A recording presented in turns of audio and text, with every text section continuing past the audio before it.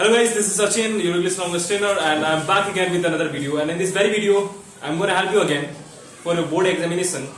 The very important topic which is asked every year, just like every year. Okay. So the very important topic is, in the previous video I told you and I talked about essays, but in this video I'm going to talk about central ideas. आपको पता ही होगा central idea किसे कहते हैं भाई। Central idea का मतलब होता है किसी भी स्टोरी को, किसी भी पोएम को शॉर्ट में बताना।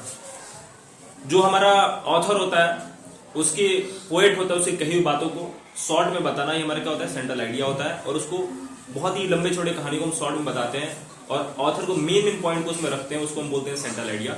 तो आपके बोर्ड एग्जाम में पूछता है या हर साल पूछता है, इस साल भी पूछेगा, क्लास 10th में भी और क्लास 12th में भी। तो क्लास 10th के लिए भी अलग अलग मैं सेंट्रल आइडिया यहाँ पे टॉपिक्स, अलग अलग इंपॉर्टेंट टॉपिक लेके आऊं जो कि पूछ सकता है, और क्लास 12th के लिए भी, जो कि आपके लिए बहुत ही ज्यादा हेल्पफुल होने वाला है आपके एग्जामिनेशन के लिए। हर साल 5 नंबर का पूछता है, इस साल भी 5 नंबर का पूछने वाला है। अगर मैं आपको बता दूं कि अगर ये जो टॉपिक मैं आपको बताने जा रहा हूँ आप अगर प्रिपेयर कर ले रहे हो तो आपके बोर्ड एग्जामिनेशन में 100% पूछने ही वाला है और आपको 5 नंबर कैसे भी दिलवाना ही वाला है। ठीक है, तो without wasting time let's learn that कौन कौन से टॉपिक है जो आपके बोर्ड एग्जामिनेशन पूछ सकते हैं। ऑलरेडी मैंने यहाँ रिटर्न कर रखा है कि कुछ ऐसे हैं टॉपिक जो कि हमारे बोर्ड एग्जामिनेशन में हर बार पूछते हैं, क्लास 10 में भी क्लास 12 में भी। ठीक है ना, तो सबसे पहले देखते हैं एग्जामिनेशन में ही पूछते हैं हमारे बोर्ड में। तो देखिए ये हमारे बोर्ड में भी पूछते हैं और प्री बोर्ड एग्जामिनेशन में भी पूछते हैं। ठीक है, तो सबसे पहले 10th वाले भी देख लेते हैं कि 10th में कौन कौन सा सेंट्रल आइडिया जो हमारा पूछ सकता है। ठीक है, तो पहला हमारा है डस्ट ऑफ स्नो।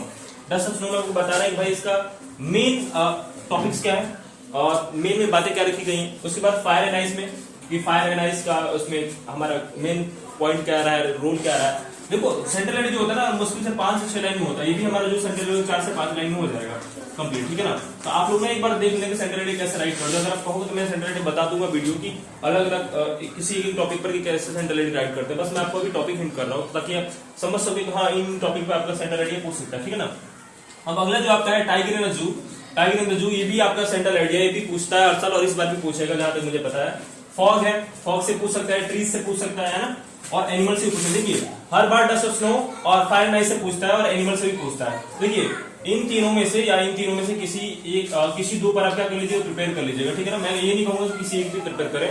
तो इन तीनों में से और इन दोनों में से आप इन तीनों में से किसी एक पर किसी दो पर प्रिपेयर कर लीजिएगा। इन तीनों में से किसी दो पर और इन तीनों में से किसी दो पर, ताकि आपका इन 6 में से कोई भी आए तो आप आसानी से क्या कर सकते हैं, बोर्ड एग्जाम में लिख सकते हैं सेंट्रल आइडिया। ठीक है ना, 5 नंबर मिलेगा आपको इसे लिखने पर। ठीक है, 5 नंबर।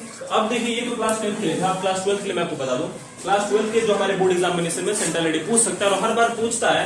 सबसे ज्यादा जो इंपॉर्टेंट है और सबसे ज्यादा पूछा जाने वाला सेंट्रल आइडिया जो है वो हमारा माई मदर एट 66। इसमें क्या होता है कि उनकी मम्मी जो होती है उनका चेहरा उनके उम्र के हिसाब से क्या होता है, बदलता रहता है। उसी चीज को मेन पॉइंट को हम उसमें सेंट्रल आइडिया में रखते हैं और हर बार ऐसे लिखा जाता है। तो ये आप ना, मैं बोल रहा हूँ कि ये आपका वेरी इंपॉर्टेंट सेंट्रल आइडिया है, वेरी इंपॉर्टेंट सेंट्रल। अगर आप इसको प्रिपेयर कर ले तो मैं 100% गारंटी दे रहा हूँ कि आपके क्लास 12th बोर्ड एग्जाम में पूछना ही पूछना है।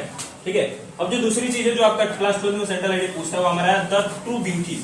द ट्रू ब्यूटी में पूछता है, इसका भी सेंट्रल आइडिया को लिखना रहता है। अगर ये भी आप प्रिपेयर कर लेते हैं इसका भी आपको 5 नंबर मिल सकता है। मतलब अक्सर में आपको ये दोनों तीनों देगा, आपका जो भी सेंट्रल आइडिया प्रिपेयर रहेगा वो आप क्या कर सकते हैं, आसानी से राइट कर सकते हैं। ठीक है, और जो हमारा लास्ट और वेरी इंपॉर्टेंट टॉपिक है जो हर साल क्लास 12 में पूछता है, इस बार भी पूछेगा, वो हमारा है कीपिंग क्वाइट। कीपिंग क्वाइट को भी आपको बताना है शॉर्ट में कि क्या इसका मेन पॉइंट है और इस कहानी में क्या बताया गया है ऑथर के द्वारा। आपको बस शॉर्ट में लिख देना है 5 से 6 लाइन में। यदि आप 5 से 6 लाइन में राइट करेंगे आपको कितना नंबर मिल जाएगा, 5 नंबर मिल जाएगा आपको। ठीक है ना, तो देखिए क्लास 10th वाले इस 6 टॉपिक को फोकस करेंगे और क्लास 12th वाले इन 3 टॉपिक्स पर। अगर आपने ये रेडी कर लिया तो मैं आपको गारंटी दे रहा हूं कि आपका 5 नंबर कहीं नहीं गया। ठीक है ना, I hope that this video is gonna help you a lot and I think that you will definitely thank me after board examination after watching this video. Till then, watch this, and if you get in doubt, just let me know in the comment box.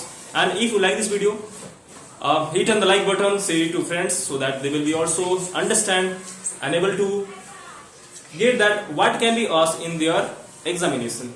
I mean, I'm talking about class 10th or class 12th students. So this is especially for them. Until then, bye bye. Bye bye, guys.